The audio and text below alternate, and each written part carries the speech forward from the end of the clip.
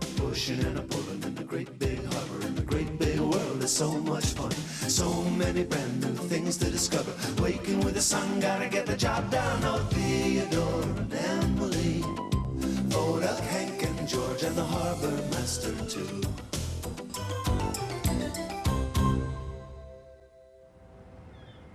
Oh, hello there. Well, today is a very special day. It's the day of the first meeting of the Clean Harbor Committee. And since I'm the president of the Clean Harbor Committee, well, it's sort of up to me to set an example and put my best foot forward. In this case, my best button. That's why I'm polishing my brass buttons. See, we're very proud of our harbor, and we love to share it with our guests. There was a time when we felt very sad about the harbor. Oh, there was garbage everywhere. I mean, it was in the water, it was under the water, it was all around the shore. It was even over on the sandy beach. And the children weren't coming to play anymore. Well, the tugboats wanted to clean up the harbor so the children would come back. They decided to have a great harbor cleanup contest. Well, that was quite an event. It was the day the tugs had all been waiting for. The day of the great harbor cleanup contest. The tugs were gathered around the dispatcher at the Great Ocean Tug and Salvage Company dock. The dispatcher was going to be the judge, and as the harbor master, I had given a special blue and green flag to go to the winner.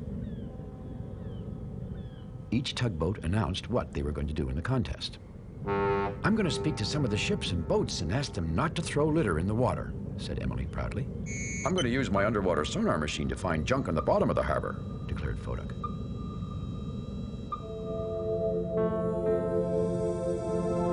Next, it was George's turn. "I'm going to tow some of the rusty wreck to the scrapyards," he boomed. Then Hank told everyone what he was going to do. He cleared his throat once and let out a little smoke. "I'm going to clean up all the garbage in the whole harbor," he said. The other tugs were silent a moment. Hank's plan was big. In fact, it was the biggest and best plan any of them had thought of. That is, except for Theodore. See, they thought Theodore would certainly have the biggest and best plan of them all. "All the good plans are taken, I guess," he said quietly. "I think I'll just clean the little wooden dock." The little wooden dock? The other tugs didn't think that was much of a plan. I mean, Theodore's plan seemed so small, and the others were so big. How would he ever win the contest? Theodore was sad. Lily the lighthouse blew her foghorn to officially begin the Great Harbor Cleanup Contest, and the tugs set off. All except for Theodore, who only floated slowly towards the little wooden dock. Emily asked Fillmore the ferry to tell his passengers to please not throw their litter in the harbor. Theodore was pulling Bonavista barge along, and she had her special lifting crane.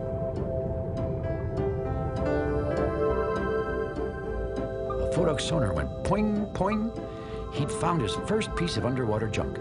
Bonavista lowered her big hook and slowly hauled it up.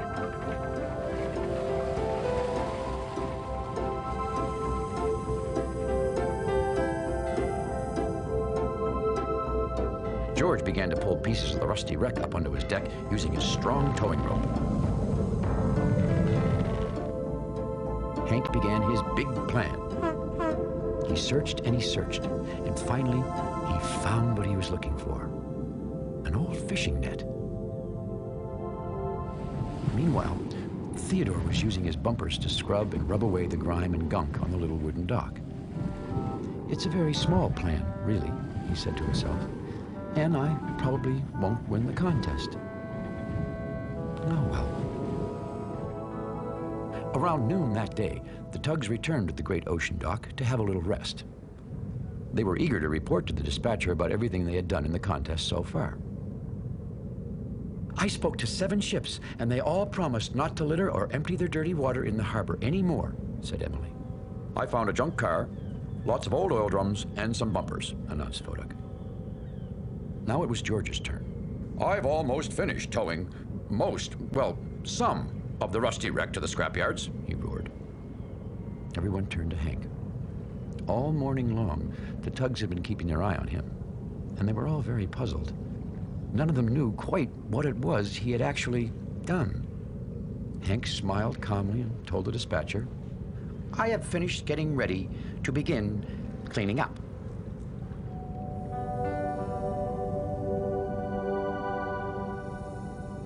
In a very quiet voice, Theodore said, "I've cleaned up half of the little wooden dock." After the rest, the tugs raced off to finish the contest. Hank hurried out to the middle of the big harbor. It was time to begin his big plan. "Photuk," said Hank, "you're part of my plan. I need you to use your firefighting hose to wash all the garbage off the shore." Well, Photuk was surprised to hear that he was part of Hank's big plan, but he was very pleased that Hank had thought of him. Photuk sprayed water all up and down the shore with a great whoosh that washed the garbage out to Hank, who was floating at the ready.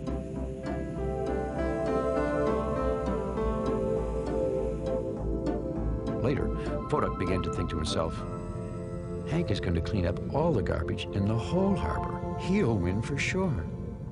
So Photuk decided that he would find all the junk on the bottom of the harbor.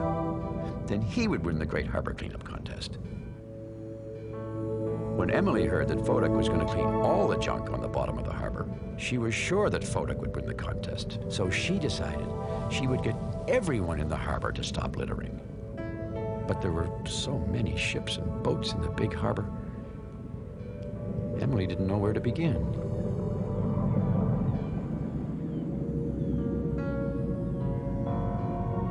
Well, when George heard what Emily was doing, he decided to move the whole rusty wreck to the scrapyards. Then he would certainly win the contest. He tied his towing rope all around the rusty old ship. Then he gave the rope a great yank. But he hadn't been counting on the part of the wreck that was underwater. It was so heavy, George's tow rope snapped as if it were a single strand of string, and the wreck sank with a sinking sound. Photuk, who was nearby, heard the loudest poing, poing he had ever heard on his underwater sonar machine. "It looks like a big old shipwreck is down there," he said. "I'll have to clean that up, since I'm going to clean up everything." Bonavista Barge was worried, but Photuk insisted she lower her hook to pull up the great ship.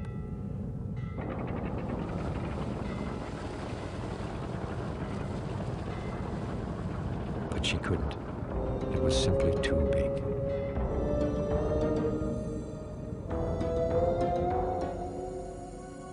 Meanwhile, our friend Hank was proudly motoring along, gathering garbage in the old fishing net which he had lowered into the water behind him. What a great plan, he thought to himself. A great big plan. Finally, after he'd gathered a huge load of garbage in the old net, Hank decided it was time to haul it up and take it to the garbage barge. He gave his tow rope a mighty heave. As he was hauling up his great big load of garbage, Hank heard an awful sound. A ripping sound, like net ripping, like old fishing net ripping. Hank had put so much garbage in the old net, it had ripped apart. All the garbage he had been collecting so carefully floated away as if he'd never done any work at all. "I'll never clean up the whole harbor now," thought Hank, "and I won't win the contest." And he began thinking about his big plan. And the more he was thinking, the less he was doing. As a matter of fact, all the tugs were thinking. Now that their plans were so big, how would they ever get them done and win the contest? And the more they were thinking, the less they were doing. All the tugs except one. Theodore was scraping and scrubbing away on the little wooden pier. Now, he felt like stopping. "I won't win the contest," he said to himself.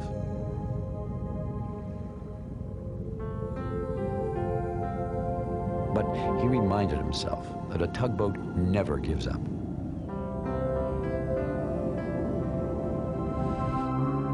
All the tugs heard Lily's horn. The great harbor cleanup contest was over. They gathered round the dispatcher, waiting for him to announce the winner. "And the winner is," said the dispatcher.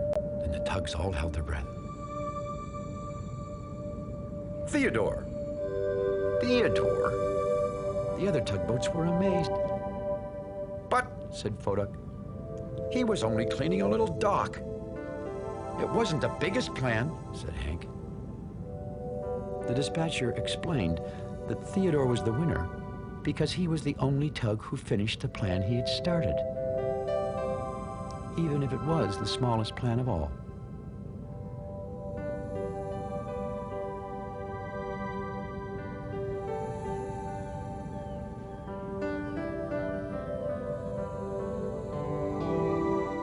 After that, the tugboats headed out into the harbor to begin work, with Theodore flying my blue and green winner's flag.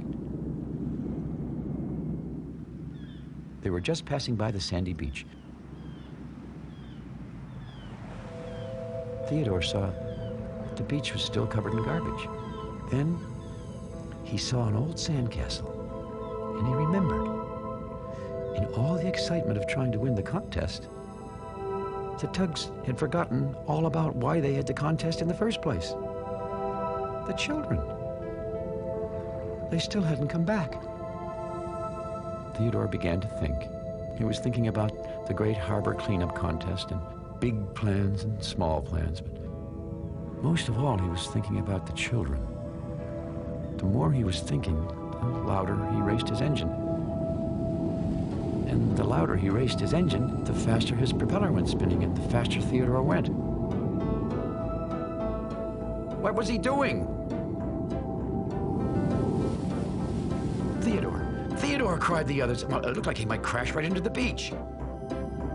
At the last moment, Theodore turned sharply from the beach, making a big wave that splashed up on the sand, and it washed some of the garbage into the water.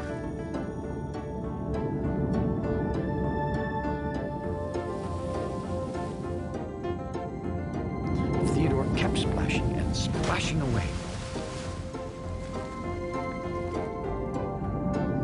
And even though he wasn't cleaning up the whole harbor, Theodore began to feel just as happy as if he was.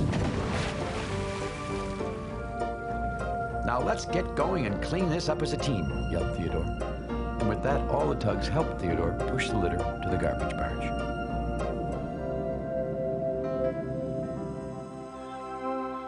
A little later, just as the afternoon was putting on a golden scarf for dinner, the tugs were on their way home from work when they saw a wonderful sight. The children. The children had come back to the clean sandy beach. Well, that day, everyone was a winner. The tugs and the children, everyone in the big harbor.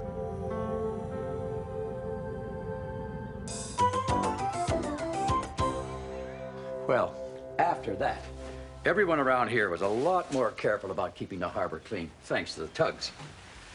And now, we're very proud of our home. And I polished up my buttons. I think I look rather sharp, don't you?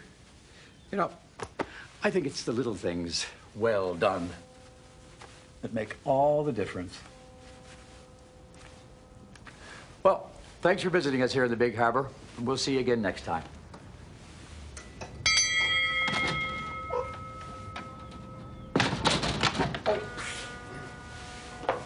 Little things. Theodore, he's a tugboat and a friendly tugboat too. A friendly tugboat too. Oh, Theodore and Emily, Foduck, Hank and George and the harbor master too.